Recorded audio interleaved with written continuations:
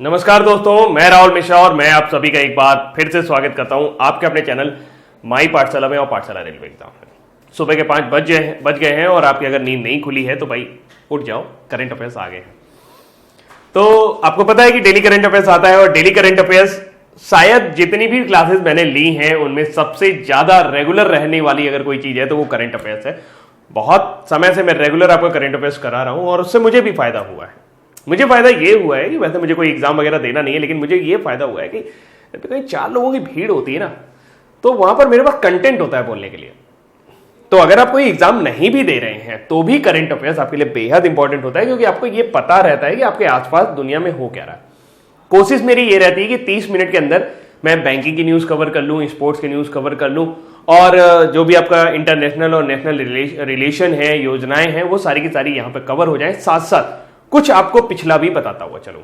तो उम्मीद करता हूं कि ये करंट अफेयर्स आपको पसंद आते होंगे, और पसंद आते हैं तभी आप रोज देखते हैं। तो अब ज्यादा देर नहीं करते हुए, नहीं तो आप कहोगे यार शुरू करना, क्या सुबह सुबह बकवास कर रहा है, तो शुरू करते हैं। भाई नाराज मत होइए, मैं शुरू करने जा रहा हूं। तो तारीख है आज 23 मई और आज के हमारे इंपॉर्टेंट करंट अफेयर्स में एक क्वेश्चन आया कि विश्व बैंक की अभी हाल ही में नई उपाध्यक्ष मतलब डिप्टी प्रेसिडेंट कह सकते हैं, और मुख्य अर्थशास्त्री यानी कि न्यू वाइस प्रेसिडेंट और चीफ इकोनॉमिस्ट वर्ल्ड बैंक में नियुक्त की गई। उनका नाम क्या है, किस देश से है, इन सभी के बारे में चर्चा करेंगे। लेकिन उससे पहले चलते हैं एक इंपॉर्टेंट न्यूज देखते हैं। Reserve bank of India lockdown के दौरान भारत की अर्थव्यवस्था को संभालने में लगा हुआ है। इसके लिए कुछ समय पहले, लगभग 1 महीने पहले, उन्होंने रिवर्स रेपो रेट में कमी की थी और अब उन्होंने रेपो रेट में कमी की है।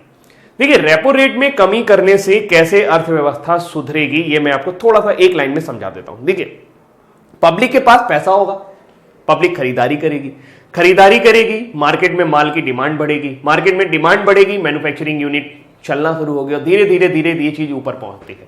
अच्छा, पब्लिक के अंदर पैसा कैसे दे सकते हैं? जब आप लोन सस्ता कर देते हैं।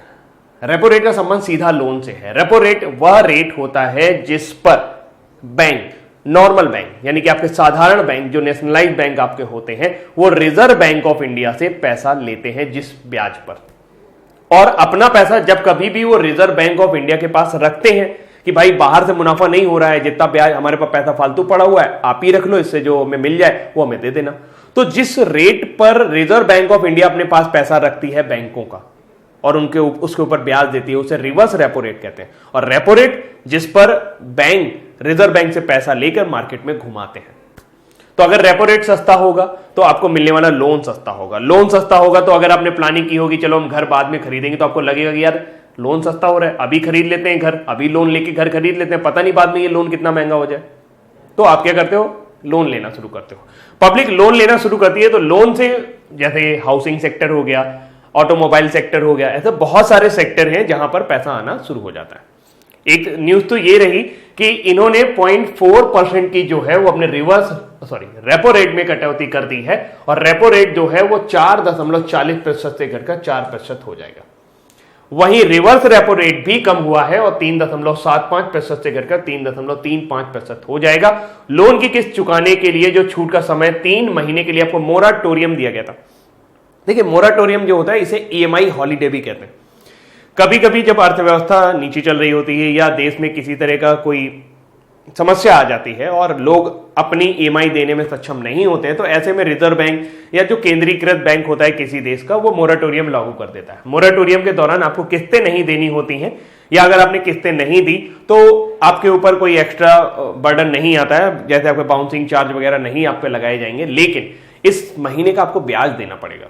तो ये बात ध्यान रखिएगा, जो लोग 3 महीने का मोराटोरियम ले रहे हैं, 3 महीने की जो भी उनकी EMI है, अगर वो नहीं चुका रहे हैं तो इसका ब्याज तो आपको देना पड़ेगा, और ये ब्याज आपसे बाद में कैलकुलेट कर लिया जाएगा।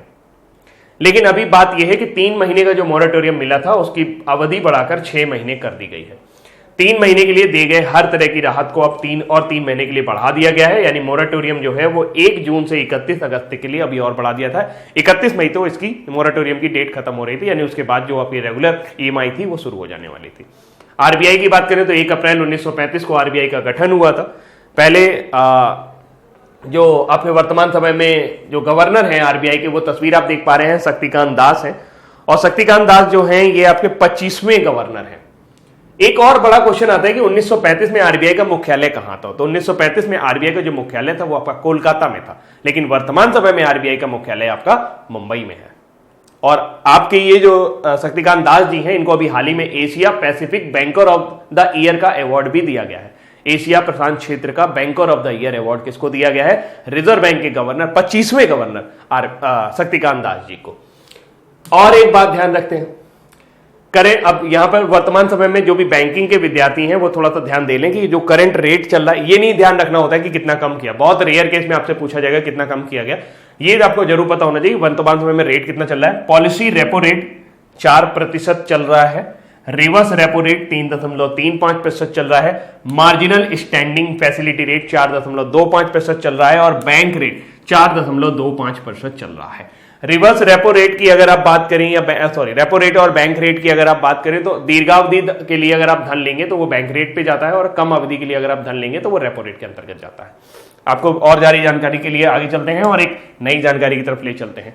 ये तस्वीर आप पहचान गए होंगे, अब तो खंडहर जैसा रह गया है। कहा जाता है कि कभी 1300 ईसा पूर्व लगभग काला पहाड़ नाम का एक सैनिक गुट आया था और सैनिक आया था और उसने क्या कर दिया था, इस पूरे मंदिर का भग्नादेश कर दिया था, इसको खंडहर में बदल दिया था। यह है कोणार्क का सूर्य मंदिर, उड़ीसा में स्थित है। क्यों चर्चा की जा रही है? केंद्र सरकार ने हाल ही में डिसाइड किया है कि उड़ीसा में कोणार्क सूर्य मंदिर और कोणार्क शहर के पूर्ण सौरकरण के लिए एक योजना शुरू की जाएगी। अगर आप देखें तो उड़ीसा का जो ये कोणार्क सूर्य मंदिर है, ये एक ऐसी जगह पर स्थित है जहां पे सूर्य की रोशनी काफी सीधी मात्रा में पड़ती है और वहां पे सौर ऊर्जा जो है एक वैकल्पिक साधन हो सकता है शहर की जरूरतों को पूरा करने के लिए। तो कोणार्क सूर्य मंदिर और जो आपका कोणार्क है, इस पूरे को पूरा रूप से सौरकरण करने के लिए इसकी योजना शुरू की जा रही है। इसे Orissa renewable energy and development agency द्वारा लागू किया जाएगा। इस परियोजना के लिए केंद्र सरकार ने 25 करोड़ रुपए प्रदान करेगी। नवीन और नवीकरणीय ऊर्जा मंत्रालय के अनुसार इस योजना के तहत 10 मेगावाट ग्रिड की स्थापना की जाएगी जो सौर परियोजना और सोलर एप्लीकेशन के साथ जुड़ा होगा। अभी हाल ही में कुछ समय पहले नीति आयोग ने कुछ आंकड़े जारी किए थे जिसमें यह बताया था कि डोमेस्टिक सोलर रूफटॉप के मामले में, डोमेस्टिक का मतलब घरेलू सोलर रूफटॉप यानी कि छतों पर जो सोलर पैनल लगाए जाते हैं, उसमें गुजरात पहले नंबर पर है। लेकिन अगर ओवरऑल आप देखें कि जितना सोलर रूफटॉप लगाया गया है, सोलर से यानी कि सूर्य से ऊर्जा प्राप्त की जा रही है, सोलर रिन्यूएबल एनर्जी जो प्राप्त की जा रही है, वो आपकी कर्नाटक में सबसे ज्यादा प्राप्त की जा रही है। तो इसमें कंफ्यूज मत होइएगा, सबसे ज्यादा आपको रूफटॉप कर्नाटक में देखने को मिलेंगे, लेकिन अगर डोमेस्टिक रूफटॉप की बात की जाए तो वो आपको गुजरात में देखने को मिलेंगे। जबकि उड़ीसा में भी इस तरह का आपको एक योजना देखने को मिल रही है और ऐसा कहा जाता है कि इस मंदिर का निर्माण, इसमें सूर्यदेव जी की मूर्ति रही है और इस मंदिर में सूर्य जी की कृपा रही है। ऐसा कहा जाता है कि भगवान श्री कृष्ण के जो पुत्र सांबा जी थे, उनको कोढ़ हो गया था और कोढ़ होने के लिए उन्होंने रोगों का निदान होने के लिए सूर्य जी की तपस्या की, सूर्यदेव प्रसन्न हो गए और उनको कोढ़ से निजात कर दिया, तो उन्होंने एक मूर्ति यहाँ पर स्थापित कर दी है। लेकिन ये सिर्फ और सिर्फ कहानियों वाली बातें हैं और जितने लोग भी इस पर बिलीव करते हैं वो अलग बात है। लेकिन हाल फिलहाल ये कहा जाता है कि इस मंदिर का निर्माण राजा नरसिंह ने करवाया था लगभग 1235 ईस्वी के ईसा पूर्व के आसपास, 1235 ईसा पूर्व के आसपास इसका मंदिर का निर्माण राजा नरसिंह ने करवाया था। लांगल नरसिंह बोला जाता था उनको, और बाद में उनकी मृत्यु हो गई थी तो इस मंदिर का पूरा निर्माण नहीं हो पाया था। लांगल नरसिंह कलिंग शैली में बना हुआ है ये मंदिर और उड़ीसा के कोणार्क में। अब बारी है उड़ीसा के बारे में जानने की। देखिए, उड़ीसा के बारे में जो पिछला करंट अफेयर्स रहा है वो तो सारा मैंने यहाँ पे नोट किया हुआ है कि लगभग पिछले 4-5 महीने का जो भी इंपॉर्टेंट करंट अफेयर्स है उड़ीसा के हैं, एक एक करके सब देखते हैं। देखिए, उड़ीसा गवर्नमेंट ने अभी सबसे पहला, देश का पहला, इंडिया का पहला गैजेट पोर्टल लॉन्च किया था, ई गैजेट पोर्टल। ई गैजेट पोर्टल मतलब आपका कोई डिवाइस खो जाता है, आपके जो भी मोबाइल खो जाते हैं या लैपटॉप खो जाता है, तो उसके लिए यहाँ पर रजिस्ट्रेशन कराया जा सकता है, उसके बारे में जानकारी यहाँ पे प्राप्त की जा सकती है। अपने आप का ये पहला ई गैजेट पोर्टल है जहां पे गैजेट कहां पर है, किसके पास है, इसकी जानकारी इकट्ठा की जा रही थी। सीएम जो है वर्तमान समय में आपके नवीन पटनायक हैं उड़ीसा में, और उन्होंने अभी हाल ही में उड़ीसा पुलिस का ट्रांसफॉर्म किया और राज्य का पहला वर्चुअल पुलिस स्टेशन यानी कि वर्चुअल आभासी पुलिस स्टेशन बनाया, जो कि आपकी गाड़ियों की चोरी से संबंधित है। अगर मोटरसाइकिल चोरी हो जा रही है, कार चोरी हो जा रही है, तो इस यहां पर एफआईआर ऑनलाइन दर्ज कराई जा सकती है। नीति आयोग का एस्पिरेशनल डिस्ट्रिक्ट रैंकिंग यानी कि आकांक्षी जिलों की सूची में इस बार यूपी का चंदौली जो है वो टॉप पर आया है। आकांक्षी जिले उन्हें कहा जाता है जहां पर मान लीजिए सरकार ने कोई योजना बनाने की कोशिश की और उसको बेहतर तरीके से इंप्लीमेंट भी कर पाए। और उसको जितना वो चाहते थे, जहां तक उस गोल था उनका साल का, यानी उस वर्ष भर में उस जिले में जितनी भी उनको प्रोग्रेस करवानी थी वो पूरी कर पाए। तो इस बार चंदौली यूपी का टॉप पर आया है, जबकि बालनगीर उड़ीसा जो है ये दूसरे नंबर पर है। किसमें है? शीर्ष आकांक्षी जिलों की सूची में दूसरे नंबर पर बालनगीर उड़ीसा का है। असम ने अभी ट्रांसपेरेंसी इंटरनेशनल इंडिया ने एक सर्वे किया था। किसने किया था? ट्रांसपेरेंसी इंटरनेशनल इंडिया ने एक सर्वे किया था, और इस सर्वे के मुताबिक जो असम सरकार है वो अपने बजट में सबसे ज्यादा पारदर्शिता रखती है। लेकिन अगर हम बात करें तो इसके बाद फिर उड़ीसा, एपी, मणिपुर जो है वो बॉटम पर आते हैं। बेस्ट जो है वो आपका जो किया है, सर्वे किया है, वो असम सरकार ने किया है, जिसके बाद उड़ीसा, एपी यानी आंध्र प्रदेश और मणिपुर जो है वो सभी आते हैं। सी विजिल नाम का एक ऐप बनाया गया था जो वोटर हेल्पलाइन ऐप है। इस वोटर हेल्पलाइन ऐप उड़ीसा सरकार द्वारा इस ऐप को लॉन्च किया गया था। इस ऐप में ये किया गया है कि अगर आपको लगता है कि कहीं पर गलती से वोट डाले जा रहे हैं या गलत तरीके से वोट डाले जा रहे हैं, इलीगल तरीके से अपनाए जा रहे हैं वोट डालने के लिए, तो आप इस ऐप के जरिए वहां पर शिकायत दर्ज करा सकते हैं। और इसको अभी हाल ही में ई गवर्नेंस एक्सीलेंस अवार्ड भी प्राप्त हुआ था। E governance excellence award. Assam का जल शक्ति मिशन एनडीआरएफ ने बेस्ट टैबलेट यानी कि 26 जनवरी के लिए जो आपका 71वां गणतंत्र दिवस जो हुआ था उस परेड में असम जल शक्ति मंत्रालय और एनडीआरएफ की जो झांकियां थी उनको अपनी अपनी कैटेगरी में पहला स्थान प्राप्त हुआ था, जबकि उड़ीसा और यूपी यानी कि उड़ीसा और उत्तर प्रदेश की जो झांकियां थी इस झांकी प्रदर्शन में दूसरे नंबर पर आई थी। भुवनेश्वर जो है इसने अभी हाल ही में खेलो इंडिया यूनिवर्सिटी गेम्स का संस्करण जो एडिशन जो आपका पहला एडिशन हुआ खेलो इंडिया यूनिवर्सिटी गेम का वो आपको भुवनेश्वर में देखने को मिला। पंजाब यूनिवर्सिटी ने इसमें विजय पाई, यानी सबसे ज्यादा मेडल जो पाए वो पंजाब यूनिवर्सिटी ने पाए। उसके बाद अभी आपने मिंती मिश्रा जी का नाम सुना होगा। मिंती मिश्रा जो है ये 91 वर्ष की आयु में थे, इनका निधन हो गया था। ये प्रसिद्ध ओडिसी डांसर थी, इनका संबंध उड़ीसा से था। बिम्स्टिक यानी कि बंगाल की खाड़ी के जो देश हैं उनका डिजास्टर मैनेजमेंट एक्सरसाइज 2020 ये दूसरा बिम्स्टिक देशों का डिजास्टर में यानी आपदा प्रबंधन एक्सरसाइज था, जो कि आपका उड़ीसा के भुवनेश्वर में देखने को मिला। भारत को था FIFA under 17 women's world cup host करना था। पहले तो ये जुलाई अगस्त में होने वाला था, लेकिन अब ये नवंबर में होगा। और इसका जो थीम है FIFA under 17 women world cup football cup kick off the dream, इसका ऑफिशियल स्लोगन था। इसके अलावा उड़ीसा जो है ये पहला स्टेट है जिसने SHG यानी कि सेल्फ हेल्प ग्रुप, महिलाओं का जो सेल्फ हेल्प ग्रुप होता है यानी स्वयं सहायता समूह, ये अपने मन से महिलाएं मिलती हैं और आपस में एक दूसरे की मदद करते हुए कोई कारोबार शुरू करती हैं जिससे उनकी आजीविका चलती है। तो इसके लिए उन्होंने एक पूरा का पूरा मंत्रालय ही बना दिया है और उसका नाम रखा गया है मिशन शक्ति। मिशन शक्ति संबंधित है महिलाओं के स्वयं सहायता ग्रुप से और इसको लॉन्च करने वाला है उड़ीसा। कोरोना वायरस आउटब्रेक के दौरान उड़ीसा सीएम नवीन पटनायक जी ने मो जीवन एक प्रोग्राम शुरू किया और इसमें उन्होंने अपील की थी कि भाई आप लोग घरों में ही रहे। इसके अलावा उड़ीसा सीएम जी ने अभी यानी कि नवीन पटनायक जी ने अपने पिताजी के ऊपर एक बुक का विमोचन किया था। वो बुक थी adventures of the daredevil democrat, उस बुक का नाम था। और उड़ीसा गवर्नमेंट के कोलैबोरेशन और यूनिसेफ की सहायता से मो प्रतिभा नाम का एक प्रोग्राम चलाया गया था ताकि जो बच्चे घरों में बैठे हैं अगर उनके अंदर कोई हुनर है तो उस हुनर को यहाँ पर लेकर आ सके। नवीन पटनायक जी ने अभी हाल ही में पेटा द्वारा दिया जाने वाला हीरो टू एनिमल अवार्ड जीता, क्योंकि उन्होंने अपने यहाँ सिर्फ मजदूरों और जो भी गरीब तबके लोग हैं उनके लिए चिंता नहीं की, बल्कि जानवरों के लिए भी चिंता की और उनके लिए राशन भी उपलब्ध कराया और उनको खाना पहुंचाया। वर्तमान समय में चीफ मिनिस्टर नवीन पटनायक हैं, गवर्नर गणेशी लाल हैं और उड़ीसा की राजधानी भुवनेश्वर है। तो ये रहे कुछ इंपॉर्टेंट पॉइंट, फटाफट से एक नजर जल्दी से मान लेते हैं ताकि याद रखिएगा। देश का पहला ई गैजेट पोर्टल उड़ीसा से है। वर्चुअल पुलिस स्टेशन अभी हाल ही में उड़ीसा ने लॉन्च किया है।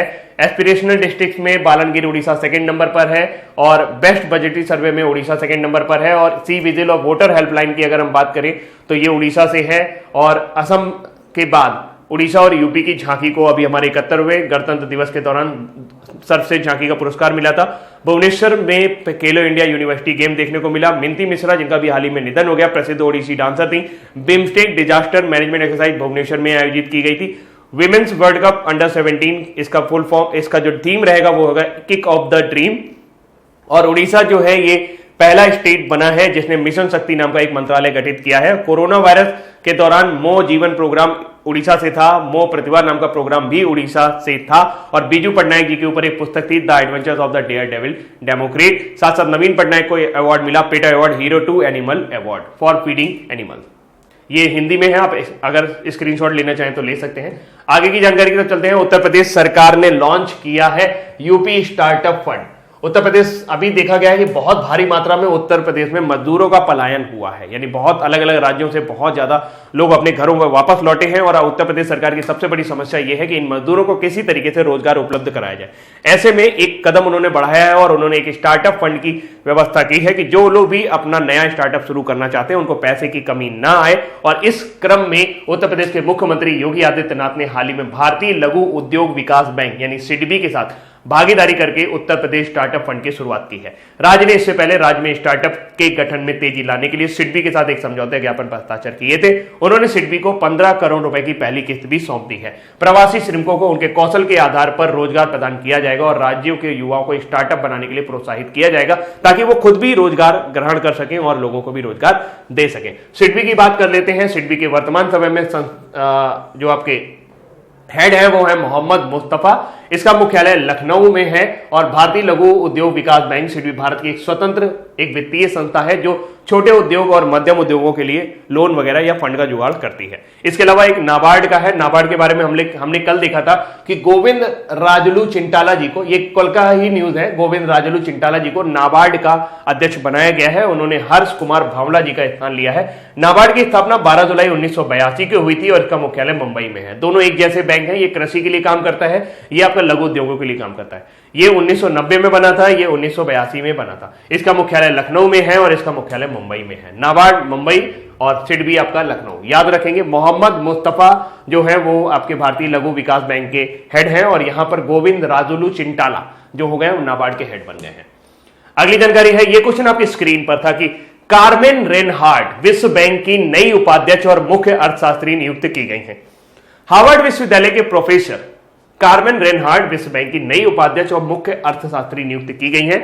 विश्व बैंक समूह के अध्यक्ष डेविड मालपास। विश्व बैंक समूह क्यों कहते हैं? क्योंकि उनके 6 अनुषंगी निकाय हैं, यानी उनके 6 आपके जो उनके साथ साथ संस्थाएं और काम करती हैं। तो डेविड मालपास ने इसकी घोषणा 20 मई को सुश्री रेनहार्ड को 15 जून से अपना कार्यभार संभाल लेंगी।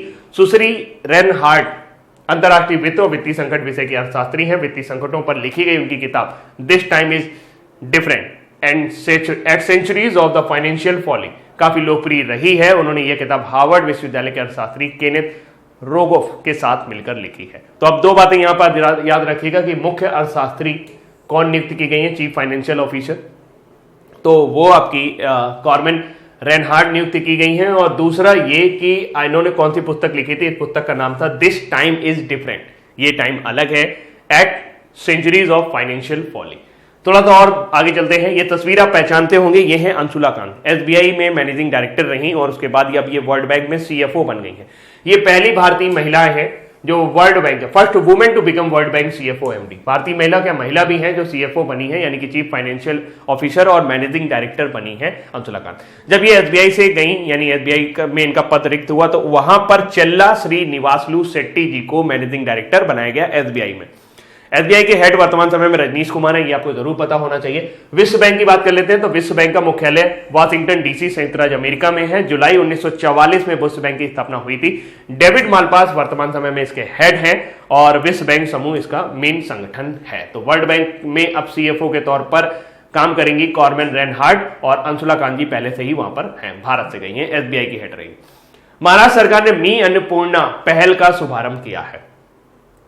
महाराष्ट्र सरकार ने एक इंश्योरेंस स्कीम लॉन्च की है। ये एक तरह की इंश्योरेंस स्कीम है जो किसानों के लिए लॉन्च की है। इसका नाम रखा है मी अन्नपूर्णा।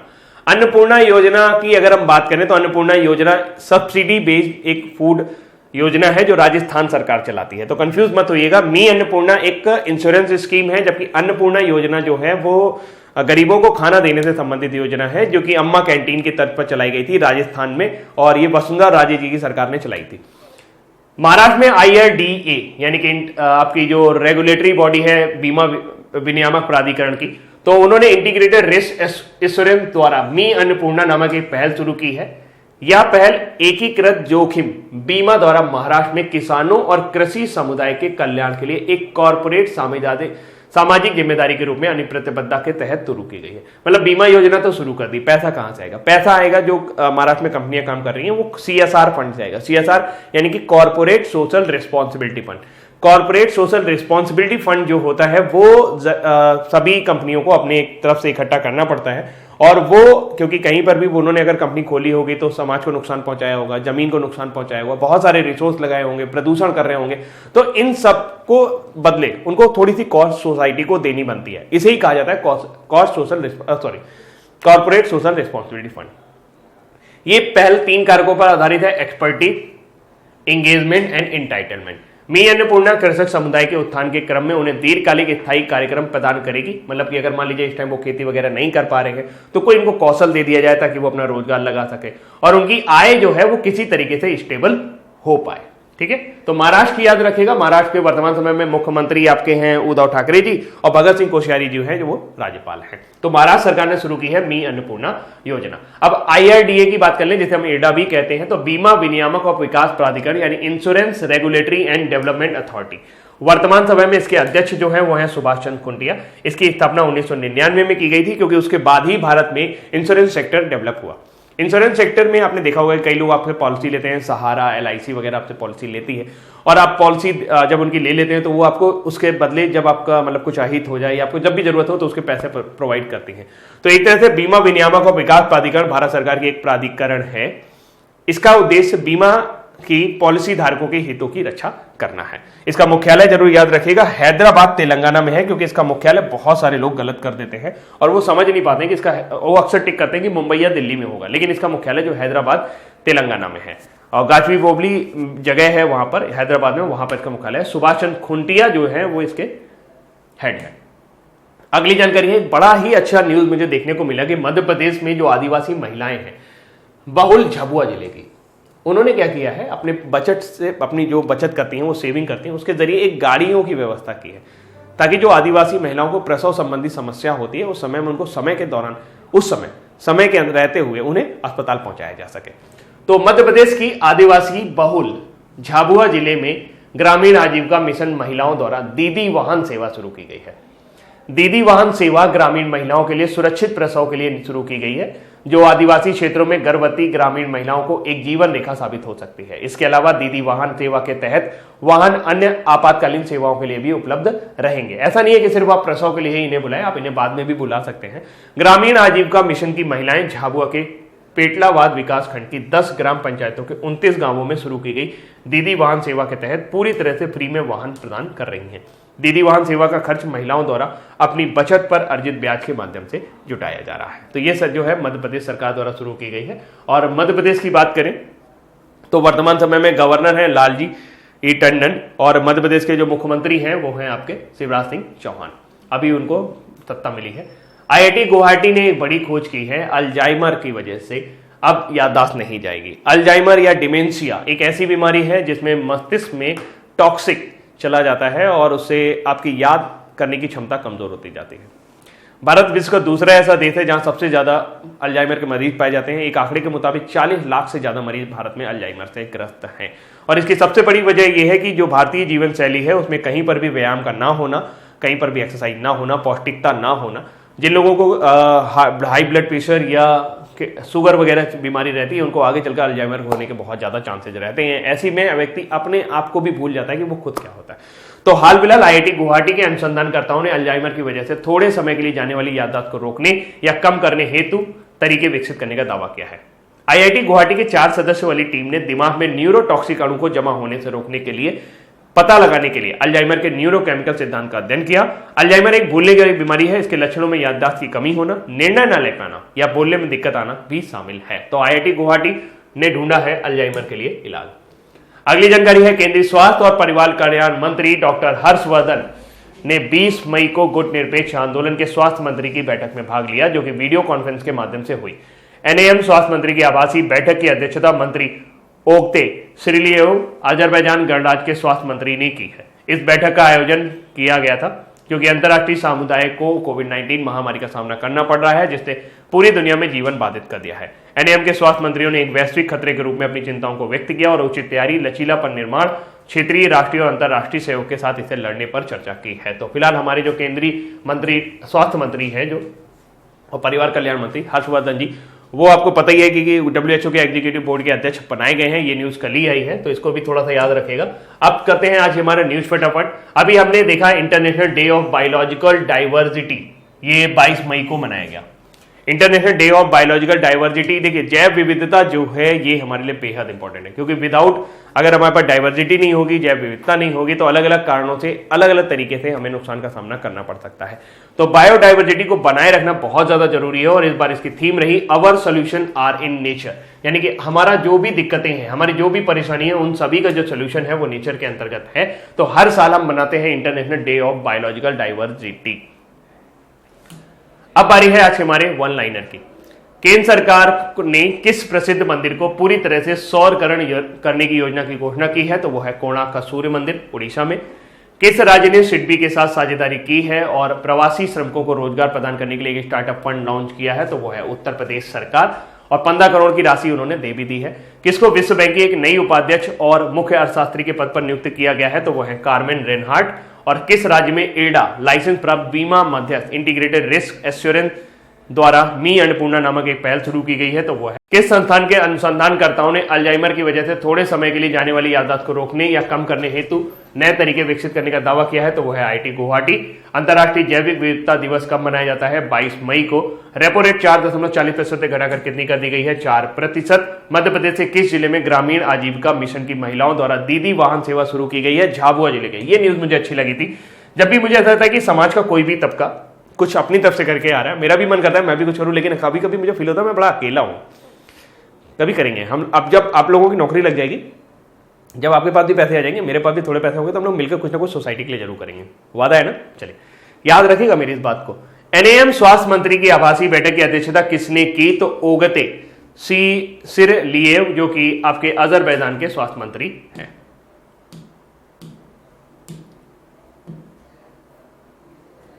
अब बारी है आज के हमारे क्विज की।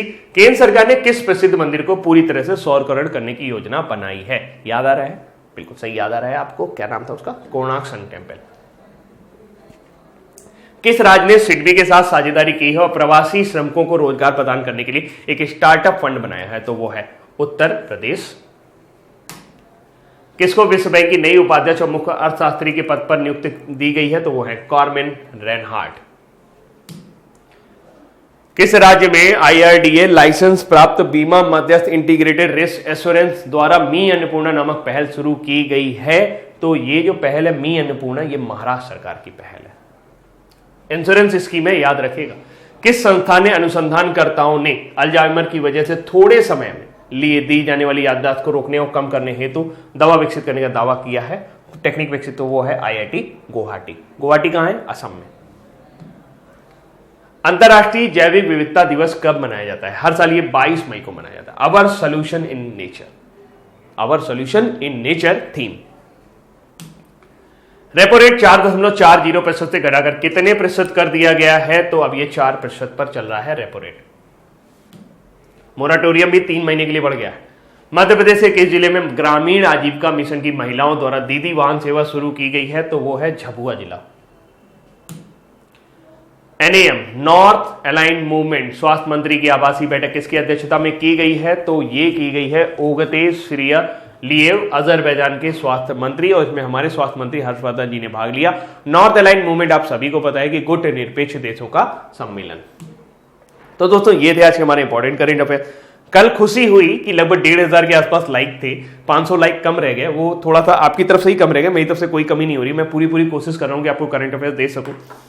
फिलहाल अभी के लिए इतना ही रखते हैं और उम्मीद करते हैं कि आपको करंट अफेयर्स पसंद आया होगा। अगर पसंद आया तो लाइक करना मत भूलना। Thank you so much. Bye bye, ख्याल रखिएगा अपना।